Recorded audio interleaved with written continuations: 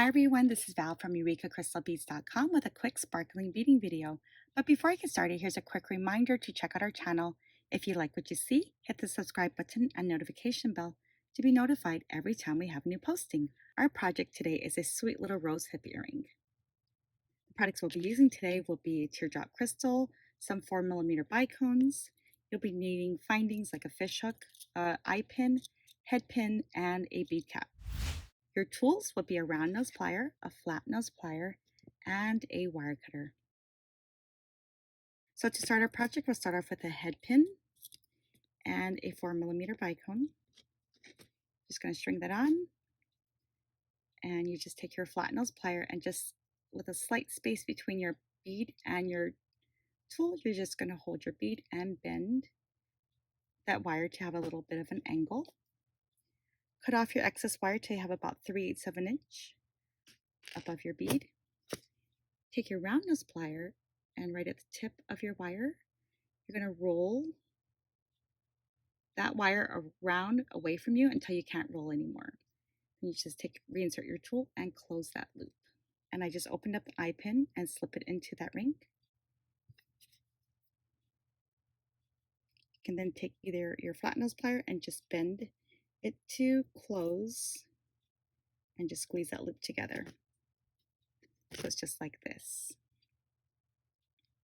Take your crystal bead, your teardrop, insert it from the point down. Now you add your bead cap. And bead caps are fun because it gives it a kind of a finished look and gives it a nice texture. Then you add your next 4mm bicone, and then let's take this flat tool and bend that angle towards you again. And we're going to cut again, so we have just 3/8 of an inch of wire. Take your round nose plier and just roll away from you.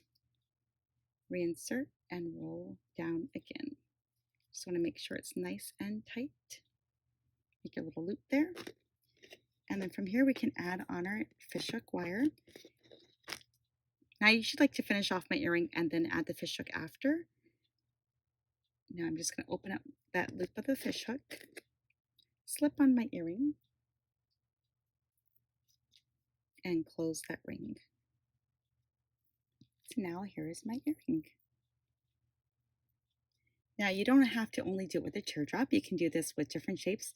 You can do it with a round or any other shape. I used a bicone here using the same exact beads, and it just gives it a little bit different look. Super cute. Hope you enjoyed this video. It's short and sweet, and like always, you can find all these supplies and more on EurekaCrystalBeads.com. Thanks for joining me.